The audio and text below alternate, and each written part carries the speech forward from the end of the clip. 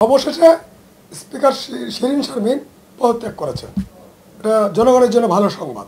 Speaker পদত্যাগ করেছেন, সেই জন্য সবাই খুশি।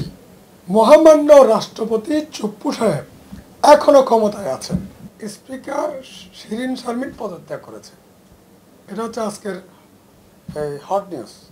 এখন কথা হলো, তিনি কে ছিলেন? তিনি ছিলেন শেখ হাসিনার বান্ধবী। বন্ধু বান্ধবদের একটা সরকার, বন্ধু ভালো হোক খারাপ হোক সেটা বড় বিবেচ্য নয়। বিবেচ্য হচ্ছে একটা ফ্যাসিবাদী রাষ্ট্র কায়েম করতে হলে যে পারিবারতান্ত্রিক আত্মীকরণ করে যে রাষ্ট্র পরিচালনা করে ফ্যাসিবাদ কায়েম করতে হয়, তার সেজন্য স্পিকার শারমিনকে শেখ হাসিনা স্পিকার হিসেবে নিয়োগ দিয়েছিলেন। এই যে ফ্যাসিবাদ চূড়ান্ত আকারে ধারণ করেছিল, তার জন্য সে স্পিকারও দায়ী ছিলেন। স্বাভাবিকভাবে সরকার পদত্যাগ করার পরে এবং প্রধানমন্ত্রী পালিয়ে যাওয়ার পরে শিরীন শারমিনের স্পিকার থাকার কোনো নৈতিক অধিকার ছিল না, যেহেতু এটা গণ অভ্যুত্থানের মধ্য দিয়ে সরকারের পতন হয়েছে।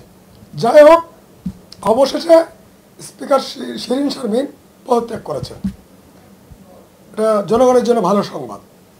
কিন্তু আমাদের মাননীয় মহামান্য প্রেসিডেন্ট চুপ্পু সকল রাষ্ট্রীয় নিয়ম নীতি লঙ্ঘন করে তাকে প্রেসিডেন্ট বানানো হয়েছিল। স্পিকার পদত্যাগ করেছেন, সেই জন্য সবাই খুশি। কিন্তু অনৈতিকতার মডেল প্রেসিডেন্ট